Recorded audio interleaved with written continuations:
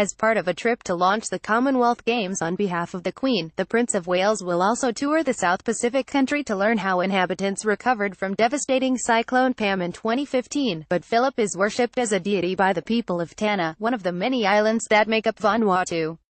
Other highlights of the 7-day tour, which begins on April 4th, will see the family of Australian wildlife expert Steve Irwin join Charles on a Great Barrier Reef island to highlight the plight of the world's coral reefs. Mr. Irwin, who was nicknamed the Crocodile Hunter, died in 2006 after being ate by a stingray while filming footage for a documentary. His daughter Bindi, 19, was 8 when her father was ate but has continued his conservation work at Australia Zoo in Queensland and is expected to meet Charles with her mother Terry Irwin and brother Robert. Australia's Gold Coast is hosting the Commonwealth Games and the Prince, joined by the Duchess of Cornwall, will read the monarch's message at the opening ceremony, calling on athletes to come together in the spirit of friendly competition.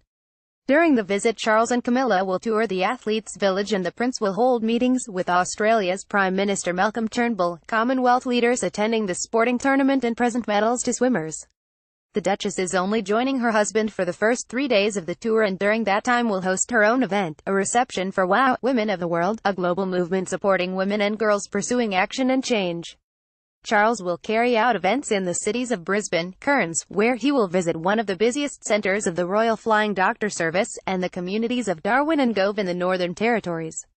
Scott Fursedon-Wood, Deputy Private Secretary to the Prince and Duchess, said about the visit, as well as being an opportunity to celebrate the Commonwealth, in the run-up to the Commonwealth Heads of Government meeting, CHOGM in London, this tour will focus on the themes of community, sustainability and disaster recovery and resilience, and the programme will also reflect the Prince's strong relationship with the Australian Armed Forces and as well as the work of Prince's Trust Australia.